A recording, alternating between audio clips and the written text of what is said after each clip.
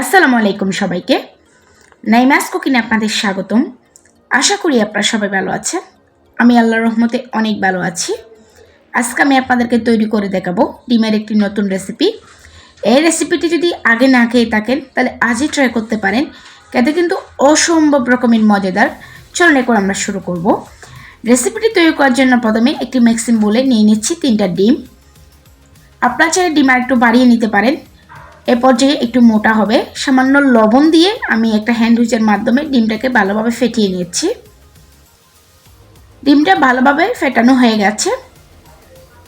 এখন আমি এগুলাকে ভাফে দেওয়ার জন্য এখানে একটা স্টিলের বাটি নিয়ে নিয়েছি, তার মধ্যে আগে থেকে তেল ব্রাশ করে নিয়েছি। এখন আমি যে ডিমগুলো ফেটিয়ে রেখেছিলাম এটা বাটির মধ্যে ঢেলে দিচ্ছি।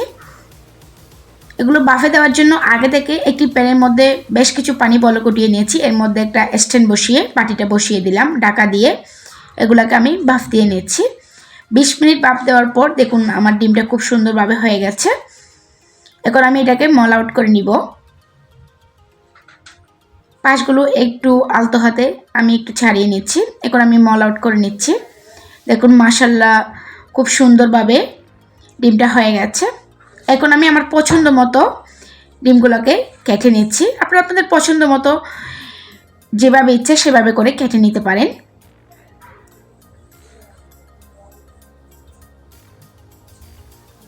দেখুন খুব সুন্দরভাবে আমি কেটে নিয়েছি এগুলোকে স্কোয়ার শেপে।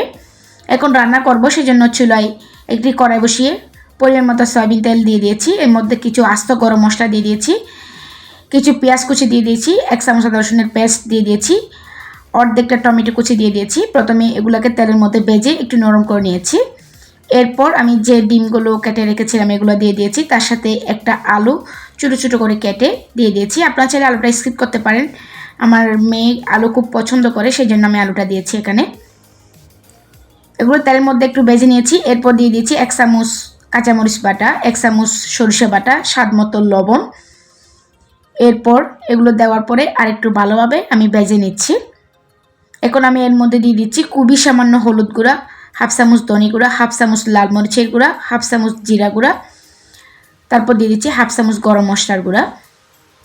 এরপর আমি সামান্য পানি দিয়ে এগুলোকে একটু কষিয়ে নিব। সামান্য পানি দিয়ে এগুলোকে একটু কষিয়ে নিয়েছি। এরপর আমি 1 কাপ পানি দিয়েছি। 1 কাপ পানি দিয়ে ঢাকা দিয়ে 15 মিনিট এগুলোকে রান্না করে নিব। যারা আমার চ্যানেলটি সাবস্ক্রাইব করেছেন তাদেরকে অসংখ্য ধন্যবাদ। যারা এখনো আমার চ্যানেলটি সাবস্ক্রাইব করেনি তারা আমার চ্যানেলটিকে সাবস্ক্রাইব করে রাখবেন, পাশের নোটিফিকেশন বেলটি অন করে রাখবেন। যখন আমি নতুন কোনো ভিডিও আপলোড করব তখন সাথে সাথে আপনাদের কাছে নোটিফিকেশনটি পৌঁছে যাবে। তার মধ্যে 2টা কাঁচামরিচ দিয়ে ঢাকা দিয়ে আমি নামিয়ে নিয়েছি চুলা থেকে। দেখুন মাশাআল্লাহ দেখতে অনেক লোভনীয় দেখাচ্ছে, খেতে কিন্তু অসম্ভব রকমের মজাদার। আপনারা বাসায় ট্রাই করলে বুঝতে পারবেন ডিম বাবাটা খেতে কতটা মজাদার। আশা করি আজকের রেসিপিটি আপনাদের ভালো লেগেছে। আশা করি আপনারা বাসায় ট্রাই করবেন। যদি আমার এরকম সহজ রেসিপিগুলো আপনাদের ভালো লেগে থাকে তাহলে অবশ্যই আমার ভিডিওতে একটি লাইক করবেন। কোনো প্রশ্ন থাকলে আপনারা আমাকে কমেন্টস করে জানাতে পারেন। সবাই ভালো থাকবেন, সুস্থ থাকবেন, আমার জন্য দোয়া করবেন। আল্লাহ হাফেজ।